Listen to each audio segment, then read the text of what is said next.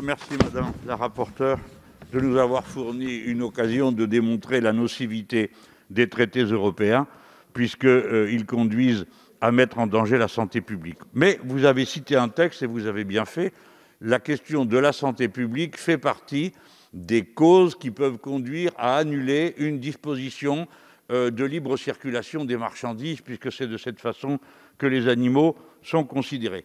La France pourrait donc tout à fait décider opt-out sur le sujet et décider qu'elle ne permettra plus que de telles pratiques aient lieu. Car je voudrais en signaler encore à notre Assemblée l'importance. Nous parlons à propos de ces élevages, au total, dans les différentes catégories, dans le monde, de 70 milliards d'animaux. Autrement dit, la quantité a été multipliée par 3 en 30 ans.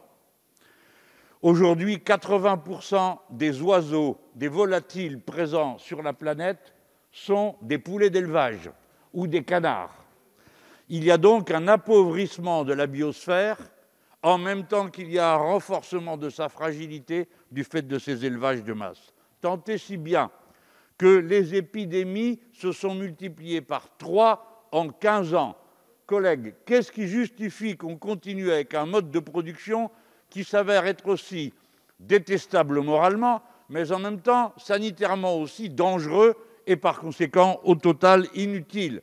À quoi ça sert de faire des économies parce qu'on élève des animaux en masse et qu'on les maltraite, si c'est ensuite pour payer des milliards et des milliards pour réparer les conséquences des pandémies que ce type d'élevage déclenche? Voilà comment a été en quelque sorte externalisé un coût sur la santé publique pour réaliser une économie et une fluidité dans une filière. Et donc, la libre circulation des marchandises est à ce moment-là un crime. Il concerne 5 milliards d'animaux transportés par an, 5 millions en France, et notre pays est le 3e exportateur d'animaux. Élevage de masse égale exportation et transhumance par camion d'animaux qui peuvent être maintenus, pour ceux auxquels je pense, 29 heures dans ces transports sans être ni abreuvés ni nourris. Et ça aussi, c'est un règlement européen qui le permet.